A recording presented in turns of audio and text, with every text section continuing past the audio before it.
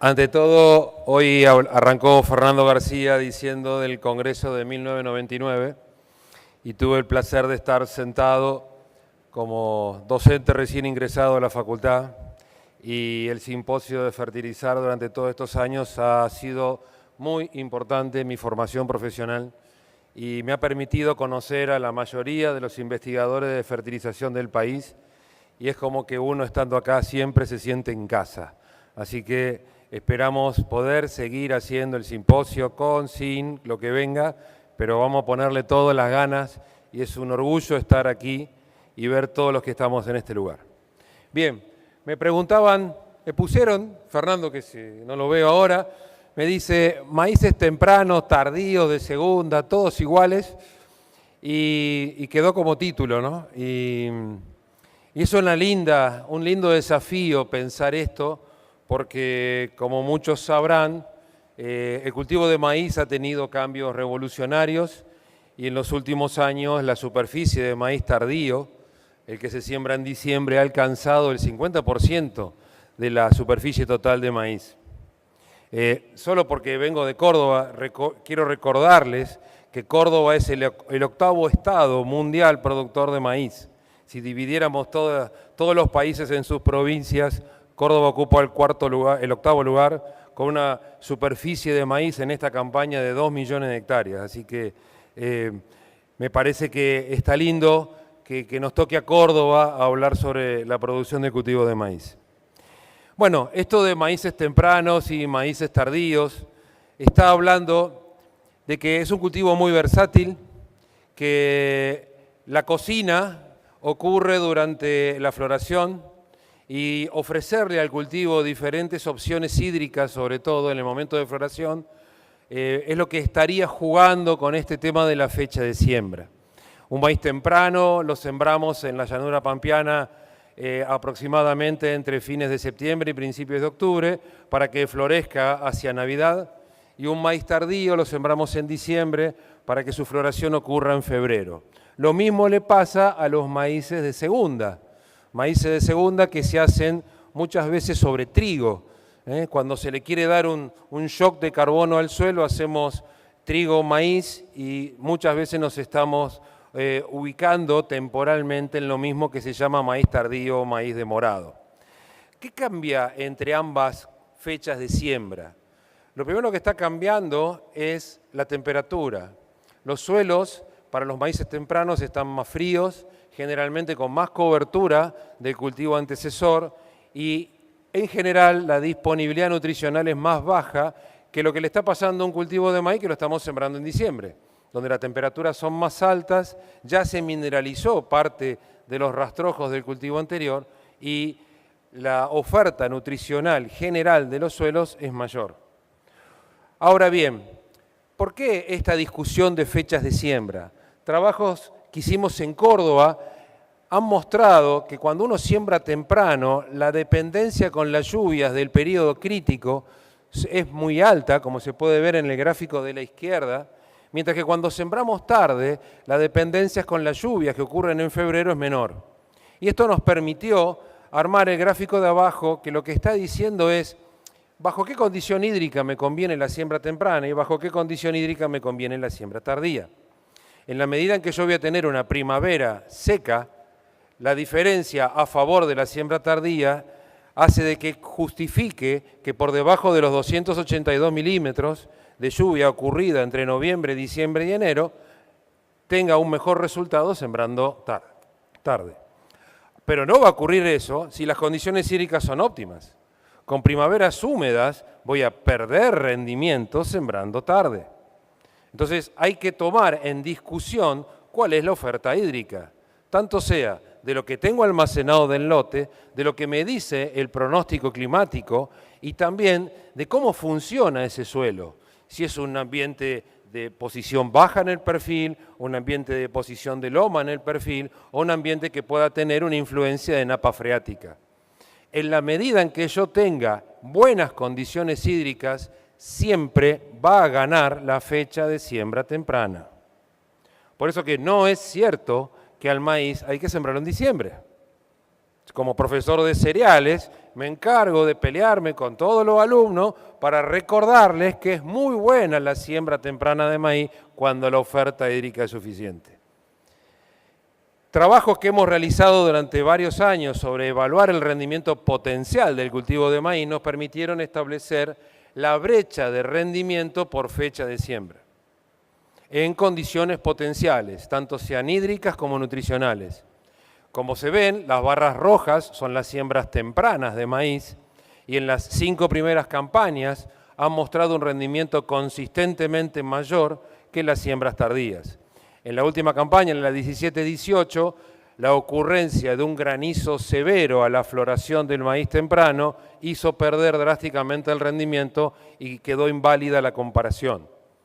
Ahora, ¿qué conclusión sacamos de esto? De que es factible obtener para el sur de Córdoba rendimientos cercanos a las 18-19 toneladas de grano por hectárea en siembras tempranas y en siembras tardías bajamos ese rendimiento potencial a 15 toneladas de grano por hectárea. Esto habla de una brecha de rendimiento de un rango de 3-4 toneladas de grano por hectárea. Y nos dice dos cosas, que si no tenemos condiciones hídricas buenas, el maíz temprano va a rendir siempre más, pero que el rendimiento potencial del maíz tardío para el sur de Córdoba es aún bueno, con valores importantes. Y esto lo vamos a discutir hacia el final de la presentación, porque entra en juego con el manejo nutricional, porque el crecimiento del maíz tardío en la llanura pampeana fue acompañado de una pérdida tecnológica en el cultivo. Sembrá tarde, poné menos planta y fertilizá menos. Conclusión, siempre cosechamos menos. Entonces, esta regla la tenemos que modificar. Un trabajo que nos pidió y pudimos colaborar desde la universidad con Fertilizar en relación a evaluar todo lo que se había publicado en los medios nacionales de nutrición de cultivos. Ahí está la cantidad de publicaciones por nutriente y de ensayos realizados entre todas esas publicaciones por nutriente, cuáles son los rendimientos de los testigos, las dosis y las respuestas.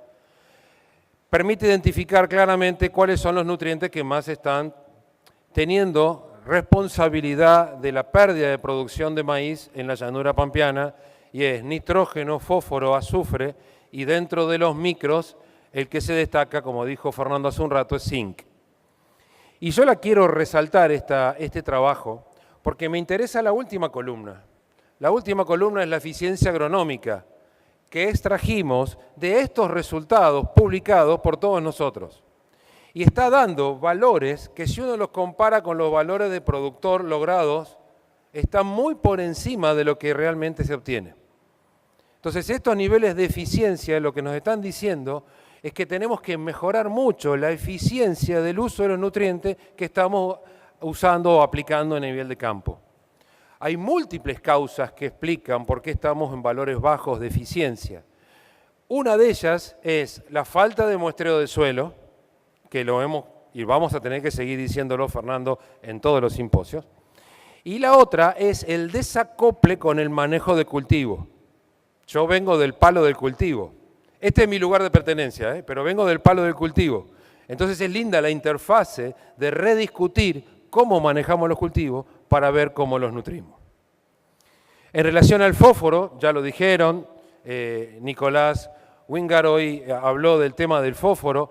Nosotros también hemos mostrado datos, podemos hablar de distintos niveles críticos, hay varios trabajos que hablan de los niveles críticos relacionados con las texturas. Yo vengo de la zona medanosa, entonces nuestras texturas son gruesas, nuestros niveles críticos son mayores, la pérdida de fósforo es mucho más rápida que en las texturas más finas, pero la recuperación también es más rápida, entonces tenemos que potenciar nuestros niveles de fertilización. Hernán San Rosa nos dijo hoy que fuimos la zona en la que más se nos cayó el fósforo y nos mirábamos con otros cordobeses preocupados con este problema.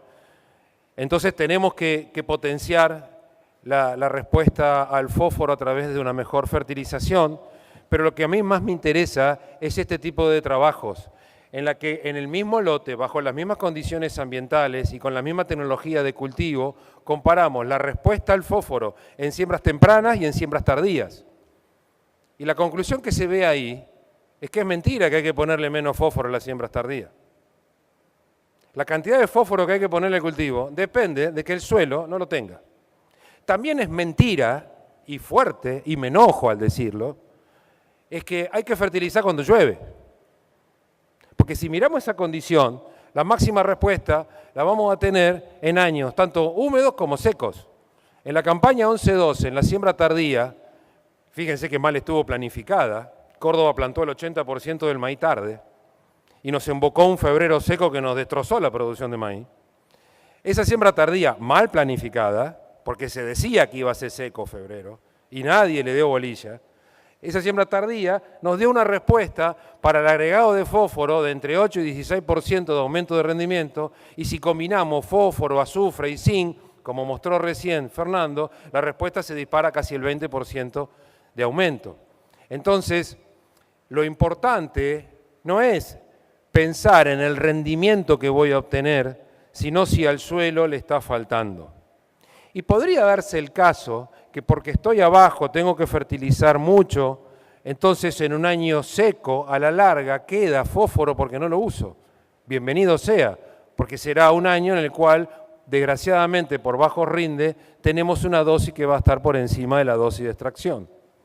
Entonces la respuesta al fósforo no depende ni de la fecha de siembra, ni de la condición climática del año. La respuesta al fósforo solo depende de que el suelo no lo tenga. Y estos datos los mostraron hace unas horas, pero también en realidad son los datos de Correndo, en el cual explica que los niveles críticos de fósforo en maíz no dependen de los rendimientos. Entonces, ¿de qué dependen? Si no dependen de los rendimientos, no va a tener influencia con la fecha de siembra. ¿Cómo jugaría la fecha de siembra en el diagnóstico de fósforo? Simplemente con el análisis de suelo. Si en diciembre me encuentro en el mismo lote con algún punto más de P-Bray, puede ser por proceso de la mineralización de algo de esa materia orgánica o de una mayor actividad química en el suelo que ponga un poco más de fósforo en solución. Pero si sigo estando por debajo de mi nivel crítico, tengo que fertilizar igual. Entonces, el manejo de fósforo va a ser totalmente indistinto en función de si es maíz temprano, maíz tardío o maíz de segunda. Solamente tengo que evaluar el nivel de suelo. ¿Qué pasa con el azufre? Toda la problemática que hablaron de azufre hasta ahora, yo también la vi. Es muy difícil correlacionarlo con variables de suelo. Ahora, ¿qué es lo que vimos? Que en la medida en que bajábamos la oferta de nitrógeno, aumentaba la respuesta si agregábamos azufre. Y eso no habla más de que cambia la eficiencia de uso del N.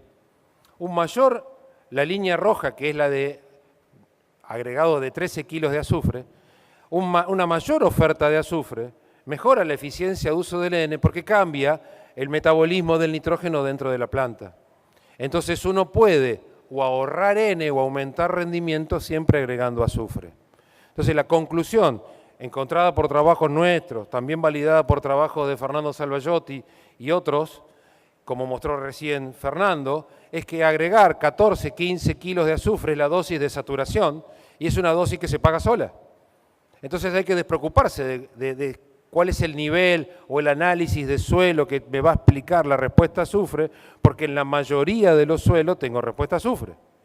Entonces, independientemente de que si es un maíz temprano, un maíz tardío o un maíz de segunda, lo recomendable económica, agronómicamente, es agregar a razón de 13 a 15 kilos de ese. ¿Qué pasa con la respuesta al zinc? Esta diapositiva que ya tiene unos años y que no le sigue agregando ensayos porque quedaría muy finita la barra, cada barra es un ensayo de respuesta al zinc en maíz en el sur de Córdoba y bueno, parte de todos estos datos son los que juntamos con varios investigadores de aquí y que compiló Pablo Barbieri para hacer el trabajo de zinc en maíz y sobre todo a mí me tocó aportar los datos de gran respuesta porque como vimos hoy en los gráficos de Hernán, los niveles de zinc en el sur de Córdoba son los más bajos de la llanura pampeana y están abajo escritos. Ese 0,41, 0,33, 0,28 son los niveles de zinc de esos suelos. Ahora bien, ahí hay ensayos de siembra temprana y siembra tardía absolutamente no identificables. Conclusión, es lo mismo, tanto sea la siembra temprana con la siembra tardía, el nivel de zinc del suelo es el que me está explicando cómo tengo yo que manejar este nutriente. Como ya mostraron hoy temprano, la respuesta al zinc no depende del rendimiento y solo depende de la disponibilidad del suelo. El cambio en la fecha de siembra podría, tal vez, hacer cambiar un poquito la biodisponibilidad del zinc, porque es un nutriente muy relacionado con la materia orgánica, entonces puede haber algún cambio en ese sentido, pero en el 90% de las parcelas de maíz de Córdoba y de buena parte de la llanura pampeana hay que agregarle zinc al maíz, principalmente para ver este efecto. Estos son dos ensayos en lo que venimos haciendo: tratamiento control, adición solo de fósforo, adición de fósforo y azufre y adición de fósforo, azufre y zinc. Entonces, cuando agregamos fósforo, aumentamos un 7% el rendimiento, con azufre y fósforo un 12%, y con fósforo, azufre y zinc un 27%. Ya conocerán unos trabajos que hicimos tiempo atrás en los cuales discutíamos la eficiencia de uso del fósforo afectada por la provisión de zinc.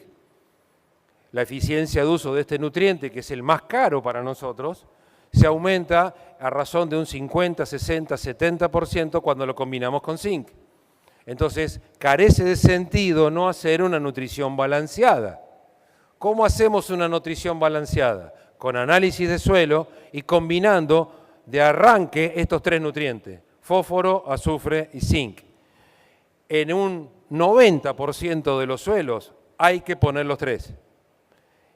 ¿Qué dosis de zinc es la que se recomienda usar, tanto sea en maíz temprano como en maíz tardío, en la que hemos hecho varios ensayos, conjuntamente con la gente de Mosa y de Bunge, en la que probábamos hacer estas combinaciones?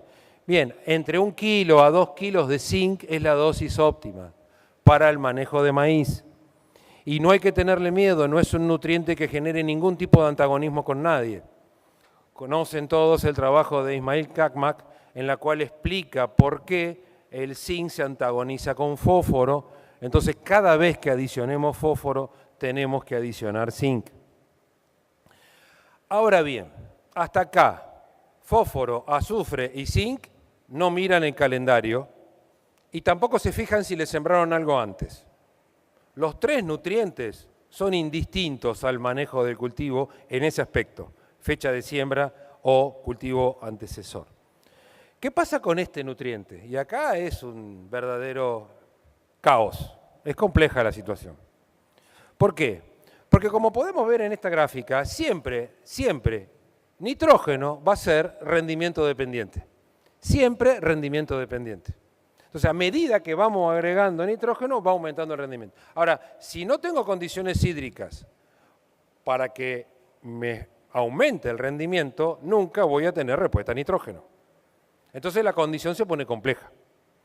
Y también acá empieza a jugar lo que se llama el cultivo antecesor, porque la mineralización de las raíces, principalmente, mucho más influenciado el proceso de descomposición de raíces que descomposición de rastrojos sobre la mineralización que viene detrás, hace que la condición nutricional de nitrógeno del cultivo siguiente, sobre todo el maíz, impacte.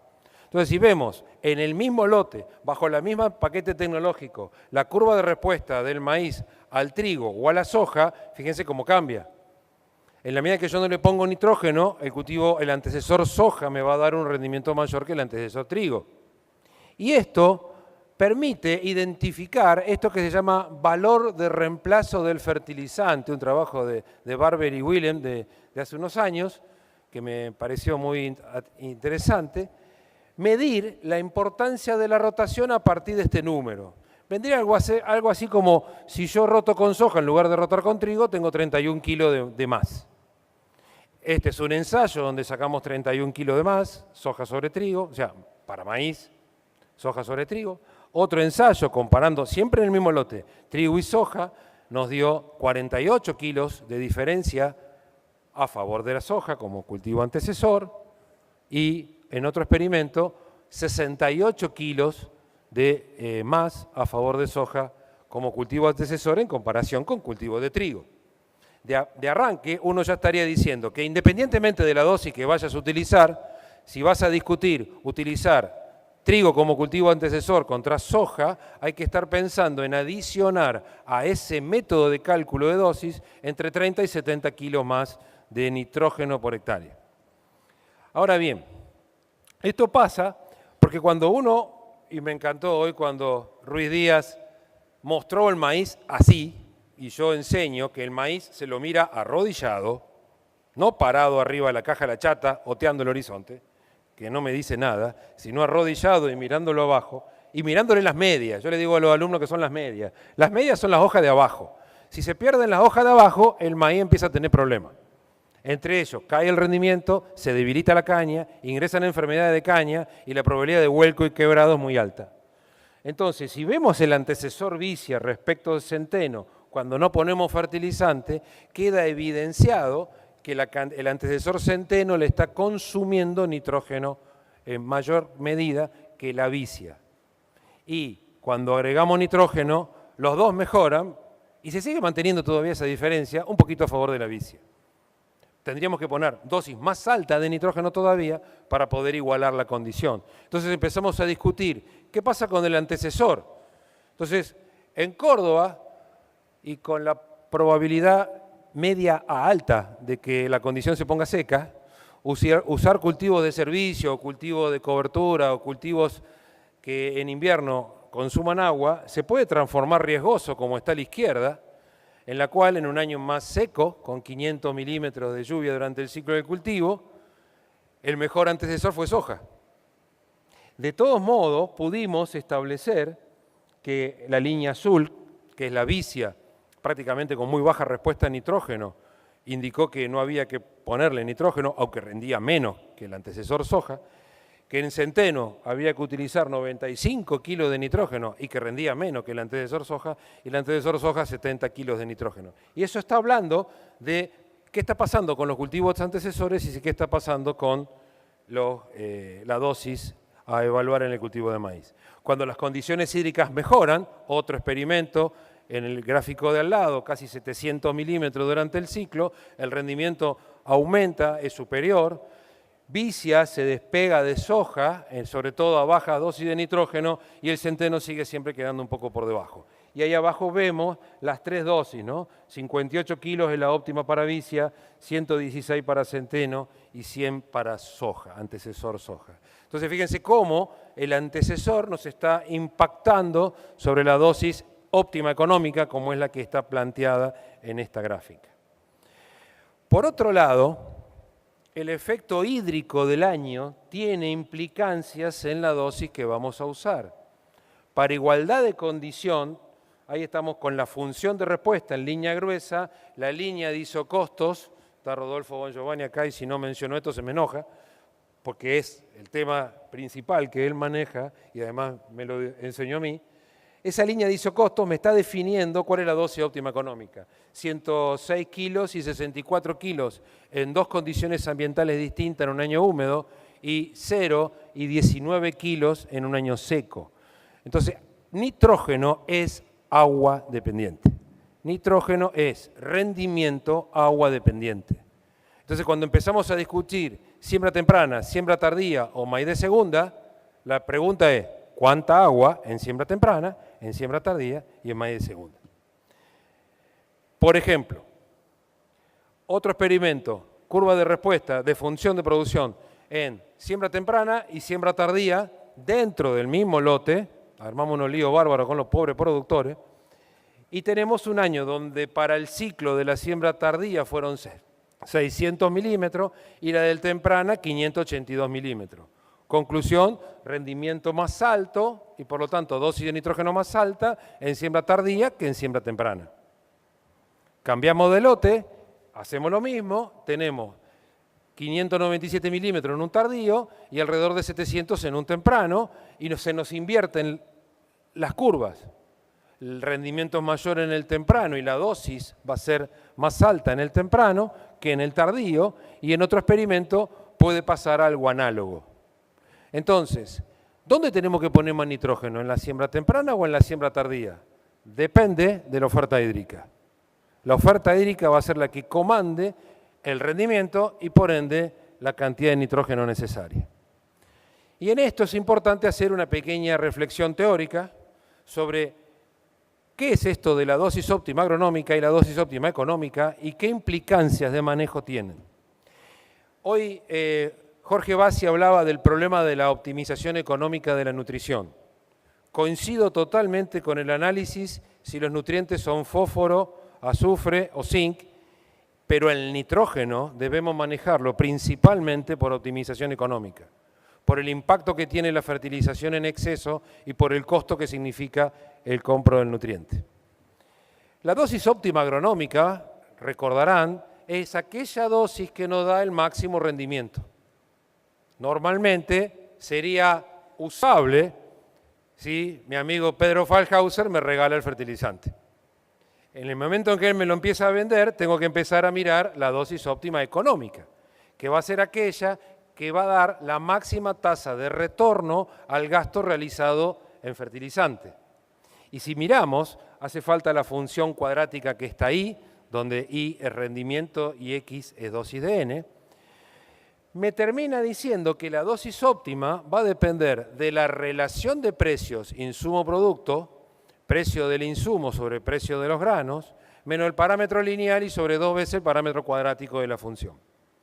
Esta relación de precios quiere decir cuántos kilos de grano tengo que vender para comprar 1 kilo de fertilizante.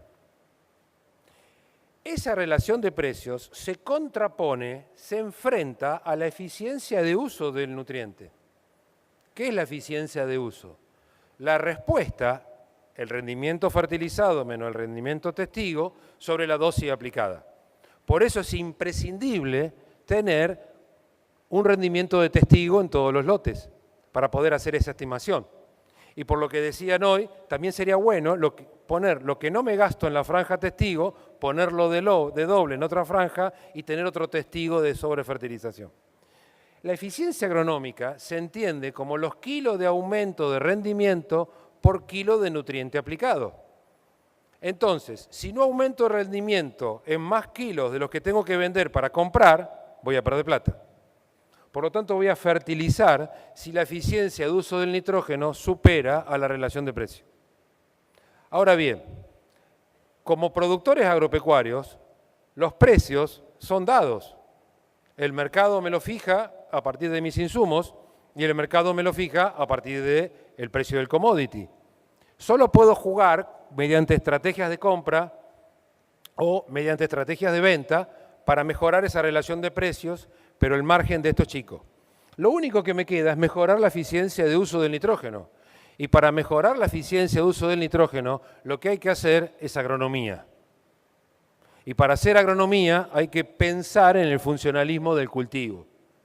Y entre otras cosas, si el nitrógeno depende de la demanda por rendimiento dada por oferta hídrica, si discutimos el cultivo de maíz, la otra decisión que viene de la mano es la densidad. Entonces, hemos empezado a estudiar el tema de densidad creciente en combinación con nitrógeno creciente. Y como se puede apreciar en esta gráfica, en esta foto aérea, se denota que la interacción cantidad de plantas con oferta nitrogenada es significativa. Al día de la fecha tenemos más de 40 ensayos realizados en las últimas 3 campañas y en todos los experimentos la interacción fue significativa. Entonces, ¿qué es lo que está pasando? Si miramos contra el eje X, si yo no pongo nitrógeno, me aumenta la respuesta a la densidad, pero definiéndome una densidad óptima, pero esa densidad óptima se desplaza a medida que voy dando una mayor oferta de nitrógeno.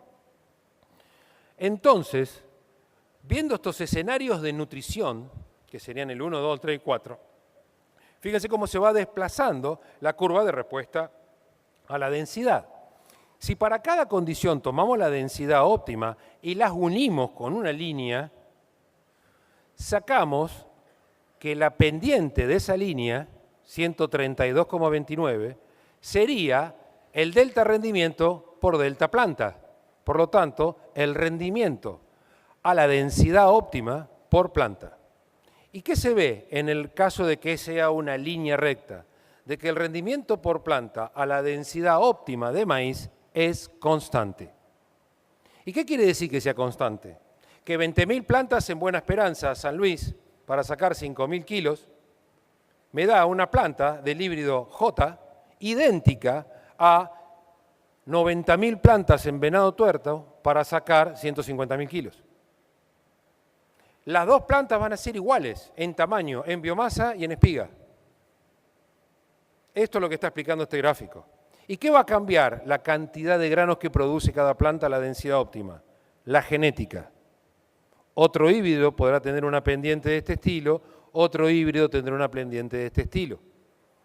Entonces, hay que empezar a pensar la nutrición a partir de la densidad y la densidad a partir de la oferta hídrica. Porque lo que pasa es lo que se ve en este hermoso trabajo de un tesista en el piso del laboratorio, en el cual vemos cómo, si yo tengo 30.000 plantas, si miramos la de la izquierda, crece la producción, y a medida que me voy hacia la derecha, me voy hacia densidades mayores, y que seguramente los 200 kilos de nitrógeno con las 90.000 plantas en este experimento debe haber sido el óptimo económico simultáneo, que es lo que tenemos que empezar a desarrollar. Óptimos económicos simultáneos entre cantidad de plantas y cantidad de nitrógeno. Entonces, ¿cómo jugaríamos con este diagnóstico? ¿Cómo armaríamos un modelo de diagnóstico sencillo, simple, para que todo el mundo lo pueda hacer? En general estamos evaluando que todos los híbridos del mercado producen entre 120 y 180 gramos por planta a la densidad óptima. Vamos a asumir un valor de 150 y vamos a definir distintos escenarios productivos dependientes de las condiciones hídricas, independiente de la fecha de siembra. En función del agua que me dé cada fecha de siembra, podré definir los rendimientos posibles de obtener. Y si cada planta de maíz a la densidad óptima me da 150 gramos, lo que tendría que sembrar son esa cantidad de plantas. Ahora bien, ¿cómo serán las plantas? Iguales. ¿Cómo era el consumo de agua por planta? La misma. ¿Cómo es el consumo de nitrógeno por planta entonces? El mismo. Entonces cambiemos el chip y en lugar de pensar en nitrógeno por hectárea, empecemos a pensar en nitrógeno por planta. Y lo que estamos encontrando es que a la densidad óptima agronómica, en un rango que todavía hay que discutir bastante, los 2,3 gramos de nitrógeno por planta, suelo más fertilizante, medido como suelo, nitrógeno de nitratos en B6, 0,60, sería la nutrición óptima que yo tendría que tener en mi cultivo de maíz. Entonces, de este modo, para un rendimiento determinado, puedo ajustar mi densidad y a partir de la cantidad de nitrógeno por planta, ver cuánto nitrógeno por metro cuadrado necesito, cuánto tiene el suelo y cuánto tengo que agregar.